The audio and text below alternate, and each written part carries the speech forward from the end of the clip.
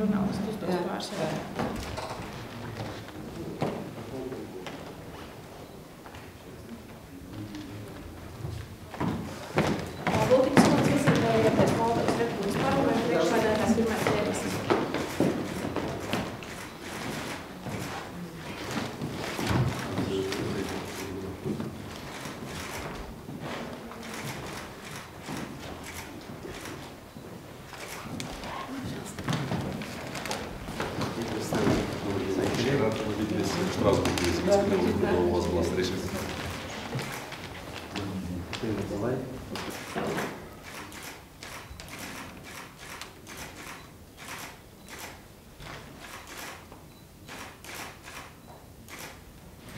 Добро пожаловать в парламент Латвии. Я очень рада приветствовать делегации со страны, с которой у нас очень дружественные отношения. Очень рада, что мне месяц назад я имела возможность встретить вашего спикера. И мы говорили о прогрессе, который достигла за это время Молдова.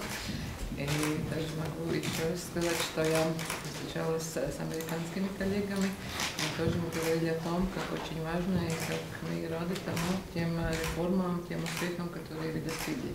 Так что любой такой визит для нас очень важен, поскольку мы взяли на это ответственность сами, как еще себя называем молодой страной Европейского Союза, хотя уже давно не молодая. Понимаем, что мы должны своим опытом реформ делиться.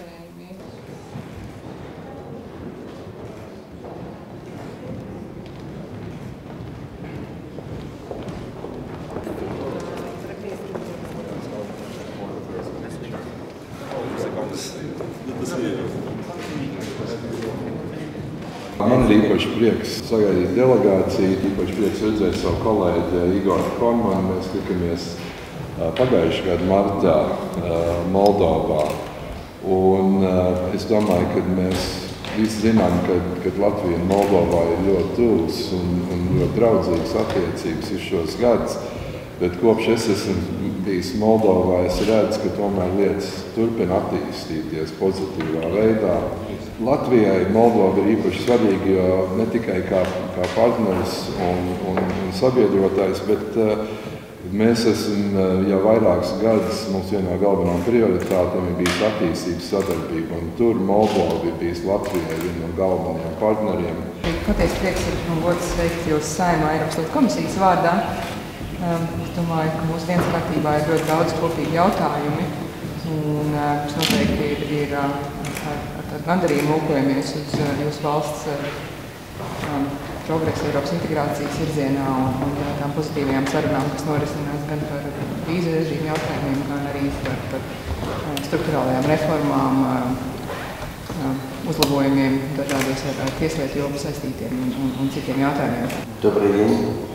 Я хочу поприветствовать вас и благодарить за то, что вы нашли возможность встретиться с нами, с нашей делегацией. Мы очень рады встрече здесь, в Риге. Более того, исходя из того, что вы сказали, ясно, что вы понимаете наше стремление к евроинтеграции, вы даже знаете наши достижения, наши успехи последние. И, конечно, в будущем году мы очень рассчитываем на то, чтобы он для нас ознаменовал новую ступень развития в этом смысле.